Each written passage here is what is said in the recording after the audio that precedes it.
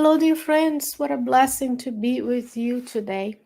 Here we are for another study of one of the articles of the Spiritist magazine.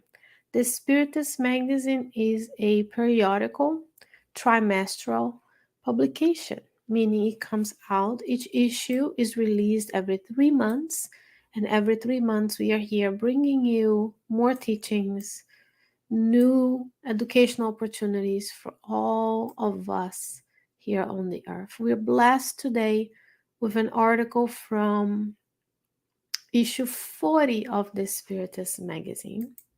However, remember, I'm going to wait for people to join us, so you can visit spiritistmagazine.org, where you can find the link to download the app to your phones for your tablets. You can also find the links to download the PDF version of the magazine, which I'm going to be showing you and using for this study shortly, and as well as ordering the physical copy of the magazine if you wish to do so. So issue 40, in the article we're going to talk about today, is individual guidelines in groups. So how should you and I behave when we are in a group doing an activity such as this one? And did you know, yes, a lot of activities are done in group. None of us lives alone. We are part of a society. We fulfill the law of society. So we need to know how to behave when we are with others. So we can practice, we can make practice makes perfection. And then when we get to the next life, we're a little bit more seasoned in working in groups as well. And this endeavor is a group endeavor, because I depend on the folks who build the microphone, the computer, the camera, the translators, the editors, the graphic designers of the Spiritist magazine to be here with you today. So how should we behave when we are in groups? Welcome everybody. I hope you're doing well. Feel free to leave your comment, share your questions. Remember, we want to make sure that others can also partake in this beautiful endeavor that we have today. So here's what the PDF version of the magazine looks like. You're looking at my screen. Issue 40 came out in March of 2018. And every issue you encounter one article from the book Spiritist Conduct by Luiz, for example. Articles this is from the book Evolution into World, which we have a playlist here at Kardec Radio. And if you scroll down, you can open the app and read and partake with me as well. It's very easy to use. And you can see here scrolling on the side. We've talked about this one before, disturbing emotions. You have messages from Joan de Angelis. I believe this is the book after, it's actually New Directions for a Spiritist Center. Then we have an article about compassion. We have this one about a little more kindness we've discussed before from Claudio Sinotti. And then we have a beautiful article on about Euripides Barçanovo. And most of the magazine issues have teachings for the young as well. So it's very important that we bring in our young, the newest generation, to partake in this endeavor with us as well. So for the young and for the not so young, we have everybody included on the Spiritist magazine. So here it is. It's individual guidelines in groups. And this article is from the book Educandário de Luiz. And there is a study at Kardec Radio as well, each message of this book. I'll hide the sidebars and I'll make it larger so it's very easy to navigate. You can make it so others can see. You can share your screen with them. And I'm going to put it out here one paragraph at a time. Okay? So if you have been called to cooperate in a Christian activity group, be grateful for the opportunity to serve. And forget your imaginary rights so that the light of duty shines in your path.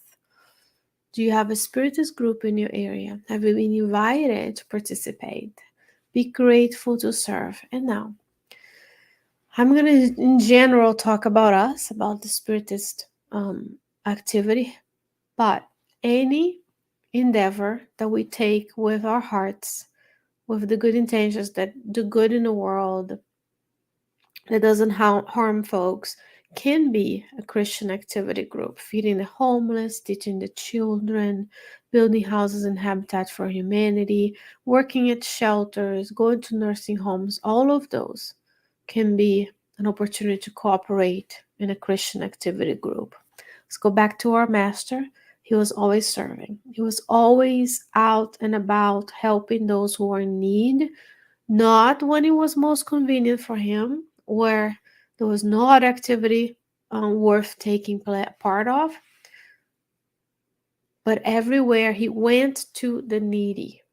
He didn't sit on a palace comfortably and waited for people to come. He went into the needy places, and that's what we have to start practicing. Is always when you are somewhere looking to see if there's a need. Why is God allowing you to be there? Why are you walking on that street? Why are you in that group? Why are you doing this activity with this team? That's because there is something you can uniquely contribute to do. So any activity we do can be an activity, a Christian activity group. Now we have to understand that we have to be with good intention, doing the good, not harming anybody. It needs to be morally sound, right? Not all activities, but most activities. So we can make our workplace a place where we serve. We can make the Spiritist group even better. We can make the volunteer opportunity a place to cooperate. So if you've been invited, I'm going to most of the time talk about the Spiritist studies and the Spiritist groups. And be grateful. So we are grateful today for the opportunity to serve. And then we forget rights. Yeah, I will go, but only if I get a title. I'll go only if it's the time that is more convenient for me. So we forget our rights, and we participate as humbly as a team, so the light can shine in our path. So the spirits can help us. The spirit mentors can come to our aid as well. He says paying monthly tuition and collaborating with money is not difficult, even though, let's be honest, a lot of spiritists could do a little bit better in that manner, because there is rent, there is light, electricity, internet, taxes, safety systems. There's a lot of cost, and we need to do a little bit better to fund that, but nourishes our souls as well. Give the direct aid of your forces in the work to be performed. So if you can't do the part that is monetary, that keeps the roof over our heads, then we infuse the work we do in the group with love and compassion and kindness. And we work arduously, as Andrea Luiz says in the book Green Light, so that we can put every single thing we can, tangible and non-tangible, into the work we do. Be kind to your companions as you feel you deserve it from them. Always, we start from the point of treating others as we wish to be treated. So if you're looking for kindness, we treat them kindly. Cordiality is the foundation of peace. This is a spiritist activity, right? Before demanding new manifestations from spiritual friends, how many of us goes to the Spiritist Center wanted a message from our loved ones? And there's nothing wrong with it. But he says, before we do that, do not fail to manifest in turn through acts, words, and thoughts the sublime values you have already received. So before we ask, we give. Through acts, words, and thoughts, the values we've given, all the teachings we have received, all the blessings that we have in this lifetime. If the exchange with the invisible plane is pleasant, the work of human experience is eminently important. So before we, of course, we are curious, of course, we miss them, of course, we want to know, but first we give. We give all of ourselves and we show to ourselves and to the spirit mentors of that group, I'm committed, I'm kind to others, I'm here to serve. I will have a little bit less in my personal life, a little bit less fun, a little bit less activity, a little bit of less of keeping up with the neighbors, to be here on a Saturday morning, on a Sunday morning, or at night doing a study. Then I give. Very important. Apply the evangelical teachings in the daily service to which your heart consecrates. We go to the Spiritist Center. We are grateful for the opportunity to serve, as the first paragraph says. God has granted us the opportunity to be there. Then we learn things. We learn things such as a study I do on Thursday mornings, the book Green Light by the Spirit Andrea Luiz. And we learn that Andrea Luiz says don't criticize, don't be sarcastic, help without demand. And then I go and apply the teachings in my daily service. Wherever I am, at the grocery store, driving, picking up the children at daycare, working, cleaning, anything that you're doing. At that moment, you apply the teachings. If you are not interested in spiritualizing yourself, it is useless for the higher entities to sacrifice for your sake. So if we go there, but we're not interested in improving, we're just doing the mental, intellectual gymnastics of learning all of these and being erudite and being able to say things, the higher entities who guide the development of these teachings on the earth, that guide the development of your Spiritist Center.